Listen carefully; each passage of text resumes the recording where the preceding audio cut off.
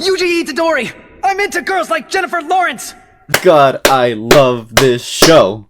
So, what is Jujutsu Kaisen? Well, for anyone who isn't a filthy weeaboo, like myself, Jujutsu Kaisen is a manga turned anime by mangaka Gege Akutami, and it's a masterpiece. Fuck you, fight me. You get a pass, because I love you so fucking dearly. And I will talk about you in a future video.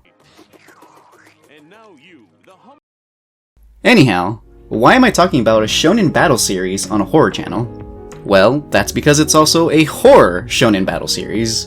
The manga is actually really quite horrific with some of its antagonist designs, specifically the curses, embodiments of society's fears manifested into a tangible form. And the series doesn't shy away from gore either, animated beautifully by the animator sweatshop that is MAPPA. Malpractice aside, a ton of talented people put their heart and soul working on the anime adaptation, which some describe as just the manga, but better. Though such a feat could only be achieved due to the author's, Gege Akutami's, strong narrative work. His blend of horror, strong character writing, and understanding of the shonen battle formula not only gives us beloved characters, but some of the most entertaining arcs and surreal fights between the heroes and villains from any series that I've ever seen. Speaking of the villains, they are some of the most maniacal and deliciously evil I've ever been cursed with. See what I did there? My favorite being the evil rat Mahito, and the obvious big bad Ryomen Sukuna, the king of curses and deadly poisons, who also happens to inhabit the same body as the main character, Yuji Ittadori. If you don't meticulously follow the series, it would come as a shock to find out that the latter of which, Sukuna, is actually based on a local legend from Gege's hometown. In fact, the very same legend that inspired the creation of Sukuna inspired key plot points in the early parts of Jujutsu Kaisen's narrative. And just like the manga and anime, the legend carries an overwhelming aura of eeriness, much like the enigma that is Ryomen Sukuna.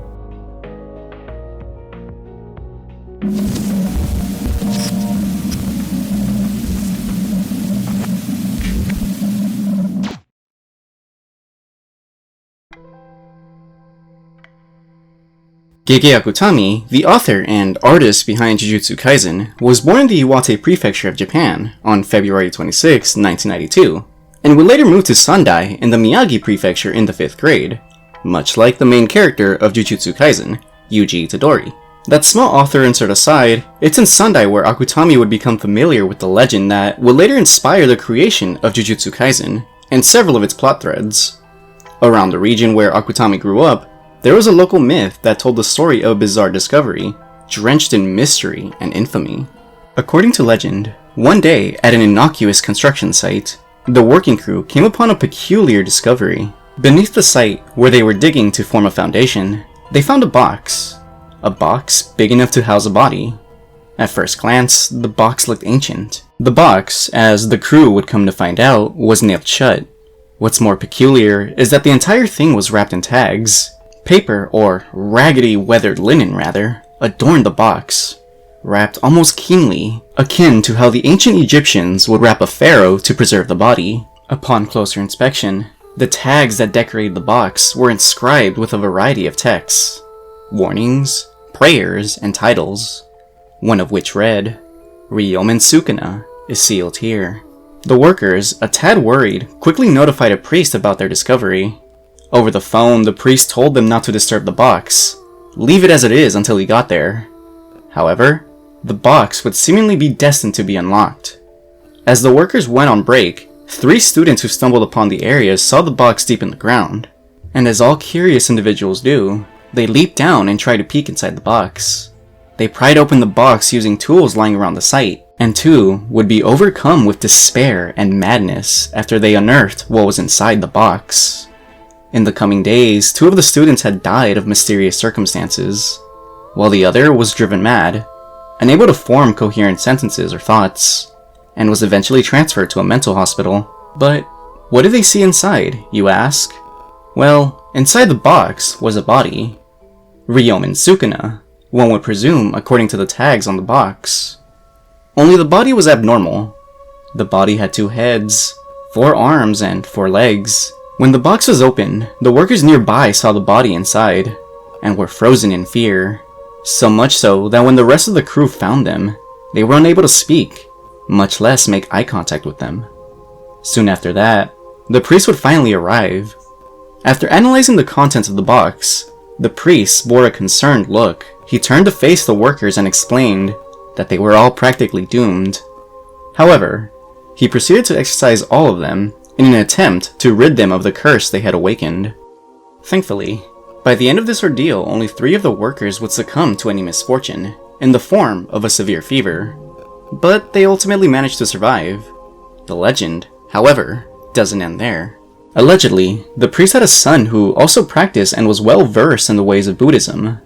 Although he ultimately decided to leave the practice behind in favor for a career in real estate, it was still the son's responsibility to send the box and the accompanying body to Kyoto. However, the box would never make it to its destination. When questioned by an internet investigator, the son of the priest would later divulge the origins of the accursed body of Ryomen Sukuna. According to the son, in the 19th century, a cult leader by the name of Mononobe Tengoku bought conjoined twins from a traveling circus. The twins had 2 heads, 4 arms, and 4 legs, and because of that were treated as a sideshow attraction. After adopting the twins, Tengoku would later mistreat them, using them for his own twisted experiments and entertainment.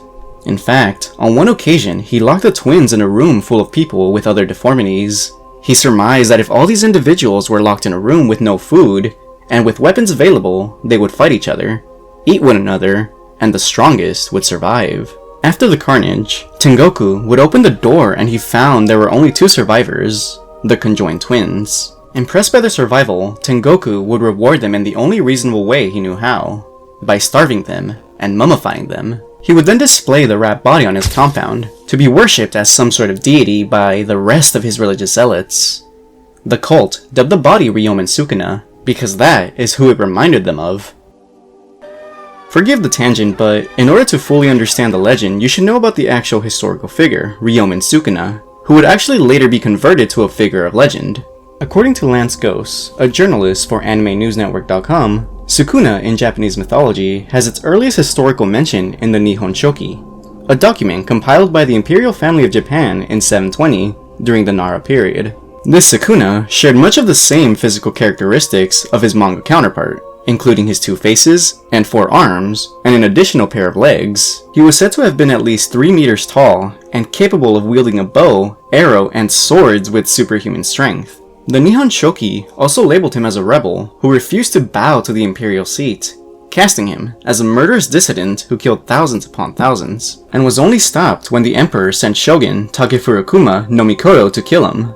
Anyway, back to the legend that actually inspired the character. As the legend goes, Tengoku's cult would bring the mummified remains of the twins wherever they went, and disasters would follow. Deadly earthquakes, tsunamis, and famines would trail the path of the cult, almost like a walking calamity. After the cult made its way across Japan, Tengoku, out of the blue really, slashed his throat. His last act was to curse the entirety of Japan. Beneath the remains of the twins, he scribbled in his blood, "Japan shall perish." This act, as some would say, would curse Japan, foretelling its eventual downfall.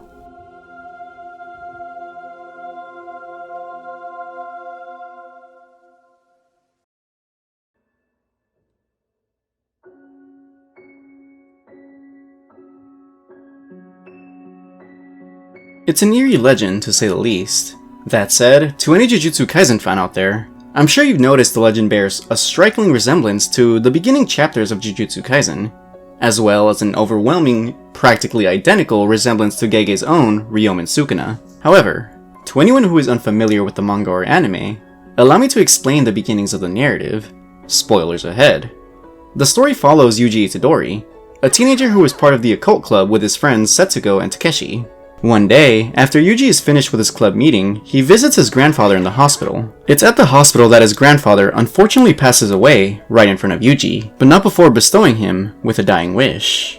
At the same time, back at school, the 2 students, Setsuko and Takeshi, come across a bandaged mummified finger adorned with tags and warnings. The finger, of course, belongs to Ryomen Sukuna. After being able to remove the bandages, the 2 students are stricken with fear as curses, effectively demon-like entities, emerge from the shadows trying to hunt them down. Right before the curses are able to consume the two students, Yuji and his new bestie, Megumi Fushiguro, leap to the rescue. However, the combined strength of the two young Jujutsu sorcerers, basically exorcists that can actually whoop your ass, is not enough to combat the curse.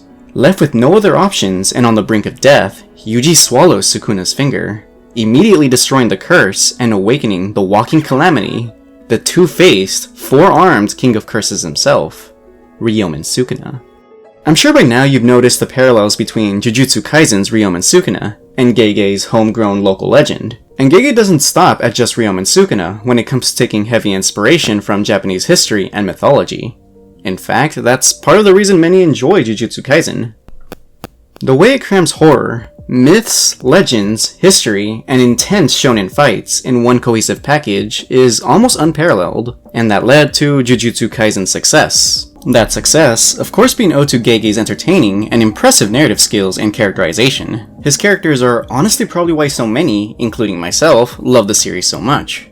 In particular, I find myself relating to Yuji Ittadori and Yuto Okkotsu, the latter being my favorite character in the series. If you allow me to speak from the heart, Jujutsu Kaisen is probably one of my favorite anime, and is really near and dear to, well, my heart.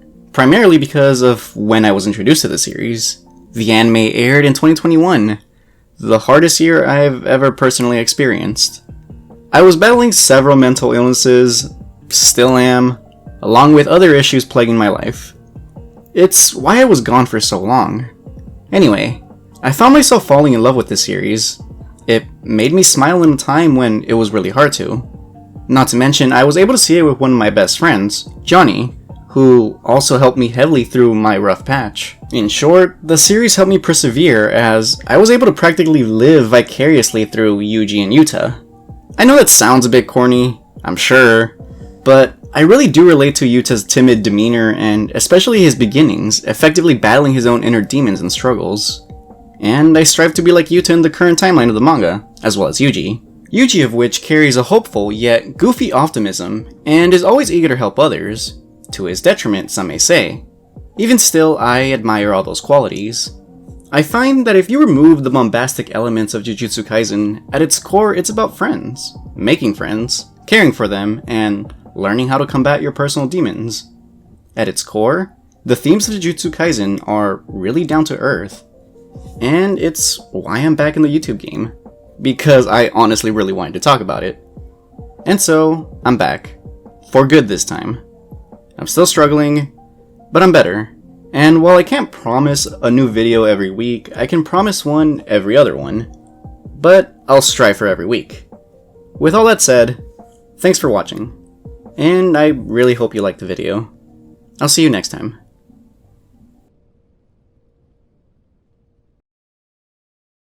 Okay, but Jujutsu Kaisen has a talking panda that knows how to do parkour and fights a fucking robot. Go watch this fucking anime.